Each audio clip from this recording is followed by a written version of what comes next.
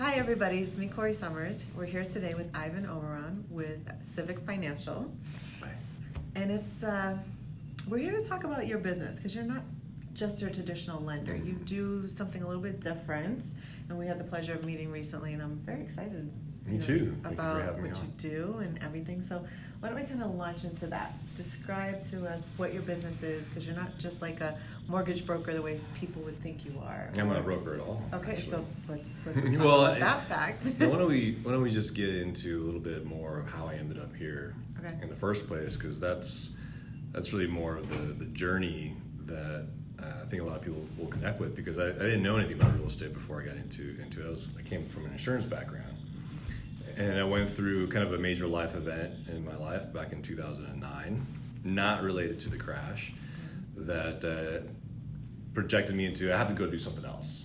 Right, so around that time, I decided I was going to try flipping houses.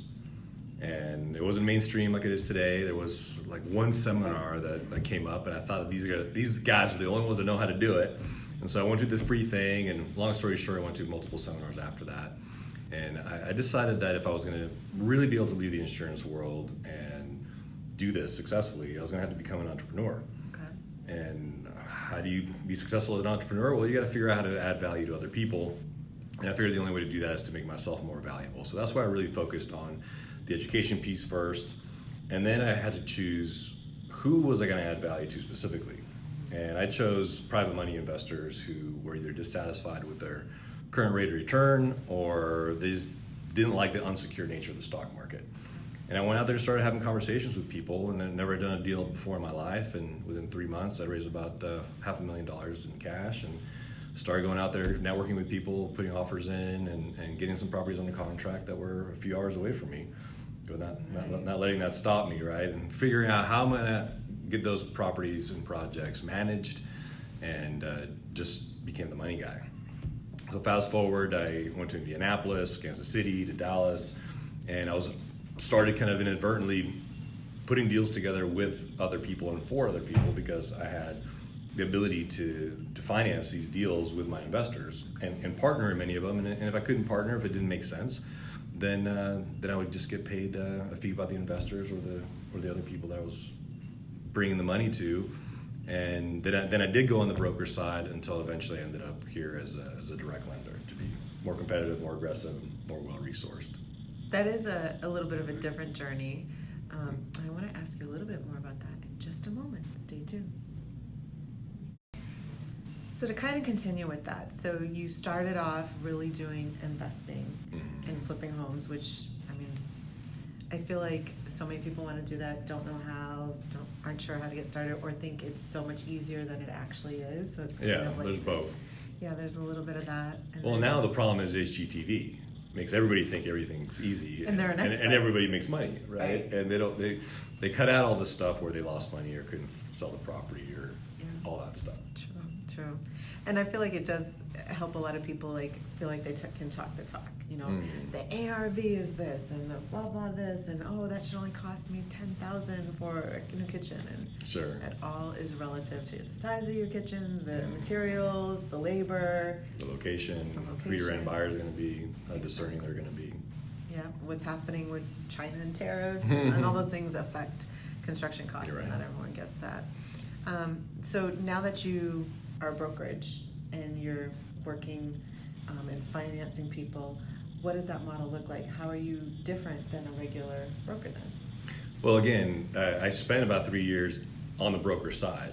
So part of what that gave me was a lot of experience in a lot of different types of asset classes. And I got to know who all the direct private lenders out there are, who all the big players were. And then when I decided to leave the broker side to become a direct lender, because especially here in California, things have become very competitive. So as a direct lender, I can be more competitive, and I can also be more aggressive in my pricing and how I control the deal, make sure we can close those deals in 4 to 10 days so that our clients are happy and that they don't lose their deals. But there are many reasons why I chose CIVIC Financial to come away from the broker side, because I did interview a bunch of the different companies that over the years I sent deals to. And one of the reasons is the fact that every person in this organization abides by our 5 core values. And we carry this challenge cone around to remind us of that. And the primary one that I always go to is act with honor. We work to be great partners with both our wholesale and retail clients. We simplify the process, we create smiles, and of course, we communicate clearly. And those are some of the things that set us aside or apart as a partner and also as an organization, because the culture here is one of the things that drives people here. There's an exodus from these other lenders coming to us, and we actually were named one of the top places to work in 2018. So we're growing and we were resourced. We have access to unlimited capital, and I'll tell you a little bit more here in just a second about our parent company and making it the other reason why I came on here, because of the experience. We're not just a lender. We actually know the business, and we're in that business every single day of flipping houses and investing in properties. So to kind of continue with that, so you started off really doing investing in flipping homes, which, I mean, I feel like so many people want to do that, don't know how, aren't sure how to get started, or think it's so much easier than it actually is. So it's kind of like there's both. Yeah, there's a little bit of that. Well, now the problem is HGTV makes everybody think everything's easy, and they're an expert. and everybody makes money, right? And they cut out all the stuff where they lost money or couldn't sell the property or all that stuff. True. And I feel like it does help a lot of people feel like they can talk the talk. You know, the ARV is this, and the blah blah this, and oh, that should only cost me $10,000 for a new kitchen, and sure, it all is relative to the size of your kitchen, the materials, the labor, the location. Who your end buyer is going to be, how discerning they're going to be. Yeah, what's happening with China and tariffs, and all those things affect construction costs. You're right. But not everyone gets that. So now that you are a brokerage and you're working and financing people, what does that model look like? How are you different than a regular broker then? Well, again, I spent about 3 years on the broker side. So part of what that gave me was a lot of experience in a lot of different types of asset classes. And I got to know who all the direct private lenders out there are, who all the big players were. And then when I decided to leave the broker side to become a direct lender, because especially here in California, things have become very competitive.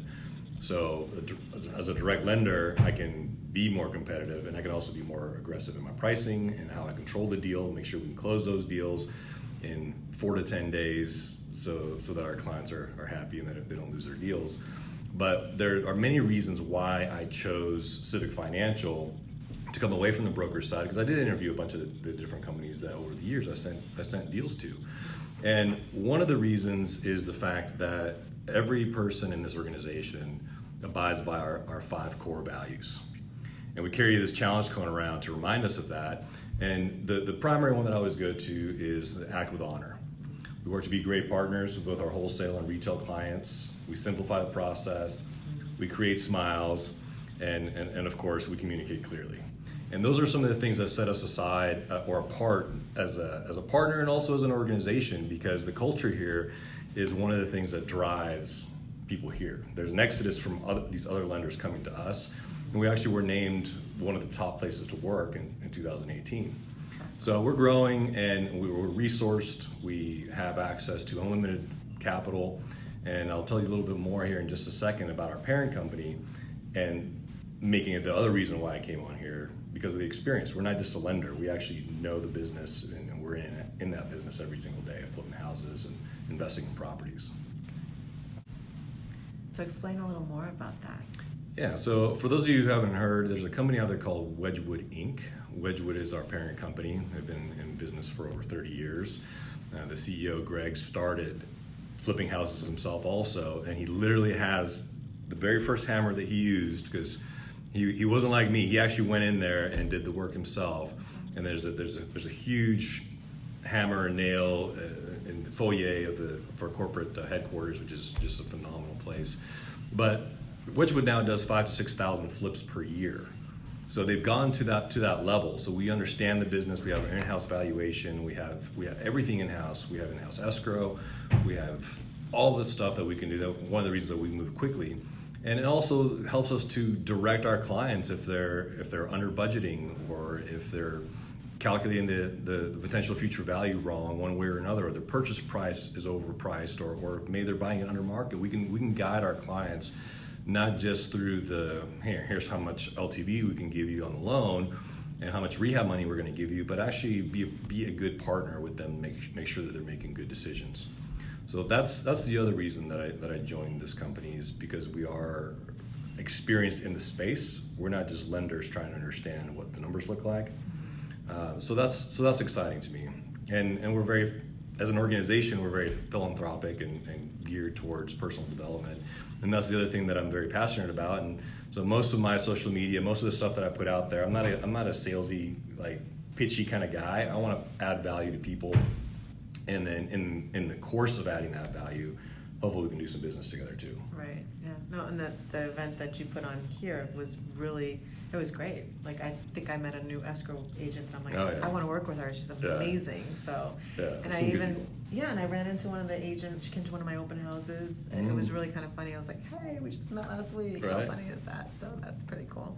You're definitely connecting some good groups of people together, and Well, that's the thing, and it's all about those connections, because when you go out there and you network, you make those connections. You don't ever want to go out there specifically to see what you can get out of it, but keeping those people in mind, so that when you meet somebody else who maybe isn't in your wheelhouse or doesn't necessarily have an opportunity to refer you business, you might keep them in mind if you meet somebody else looking for something that they do, and then you just create those relationships, and that's kind of how you build your foundation really wide and really deep. It's not just looking for people who could potentially be your direct clients or refer you business, but remembering all the people you know and say, you know what, I can connect you with so and so because they're going to be a good value to you, and just doing it gratis, right? No, not expecting anything back, but just because you can do that. And so it's important to be out there and look for those opportunities as well. share with me what has been like one of the most memorable experiences you've had during this journey. I bet you've got some great stories. I got a lot of stories, not just my own, but I've been party to hundreds and hundreds of transactions for other people. But my most memorable experience I'll share with you is actually a very painful building block along the way. Having my second year in the business, and I was flipping properties out in Indianapolis remotely, and I had come off a great first year and a half and had some success and all that kind of stuff. And the problem with that is that I was also green. So I have all this success, all this enthusiasm, and I'm buying properties left and right, but I'm still pretty new in the business. I haven't seen any of the unscrupulous people that are out there. And so the way that I got out into that market was from a referral of somebody else that was an investor for a long time, flipping properties. And my mistake was that I trusted that referral a little bit too blindly. I didn't do a whole lot of digging into the referral before I really started the conversation. And this was for a project manager, because of course I don't live in Indianapolis. And the memory that I have was actually when things were starting to go wrong. I started smelling something not going right, and he was giving me all these reasons and excuses. And I actually flew out to Indianapolis, stayed in this place I've never been in before. It was like the worst trip of my life, honestly. But I met them at the properties, and I remember thinking, man, they have basements here. Like, nobody would find him for years. Because once I actually got into the properties, and he was telling me that we needed X amount of dollars more to complete the property, and then I'm standing there in the property looking at what still needed to be done, and I reconfirm, hey, you told me that we needed this X amount of dollars to finish this. Is that right? He was like, oh yeah. So he told me the same thing. When now I'm there looking at it, I know that it's going to take at least 3 times as much as he's telling me. And then the light bulb went on. It's not the light bulb, it's you go through this phase of denial, yes. Right? Because things are going so wrong. It's the first time that something had gone wrong for me, and I like to believe in people and trust in what they say and that sort of thing, because you can't do business or have relationships without trust. But then at that moment, I realized, you know what, this guy did put me together, and I need to figure out a way to fix this. And I did. It took me a couple of years to fix everything that he messed up. But I learned a lot in the process, and many years later, I'm still here. And I'm more than happy to share those stories with people, because I think if you're talking to somebody who's never made a mistake or had a failure, they're either lying or they just haven't been in the business long enough, and they don't have experience. Yeah, we all make those mistakes. So I want to play around a little bit because All right. you're so like vivacious and engaging and so great to talk to and have such a great personality. Vivacious. I don't think I've been called that before. Yeah, like on that panel, it was like you were commanding, you were introducing everybody, and a lot of energy. It was really great. Kept some of those of us that were tired awake. So let's do this. What's the most random thing you've watched on Netflix? Oh man, it happens late at night. You ever realize that? Yeah, my wife and I we didn't want to go to bed for some reason. We were just trying to unwind. It was late, and we came across Sharknado, and I was like, why not? Like, how bad can it be? And then years later, I found out that there's like 6 or 7 of those now. So it's that was pretty random. And we actually sat through like almost the whole thing. It was like at least 3/4 of it, and I was like, okay, let's go to bed. You're better than me. I think like not even a minute in, I'm like, what? Yeah. No, we were committing. We were like, all right, let's do this. Let's see what we can do. And it was horrible, but it was funny. That is funny. So another random question: what's your biggest pet peeve?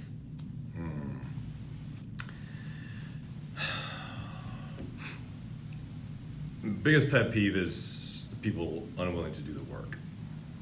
And what I mean by that is I have brokers and other people that send me deals, send me files, and sometimes they'll just send me an address and say, what do you think? Literally just an address.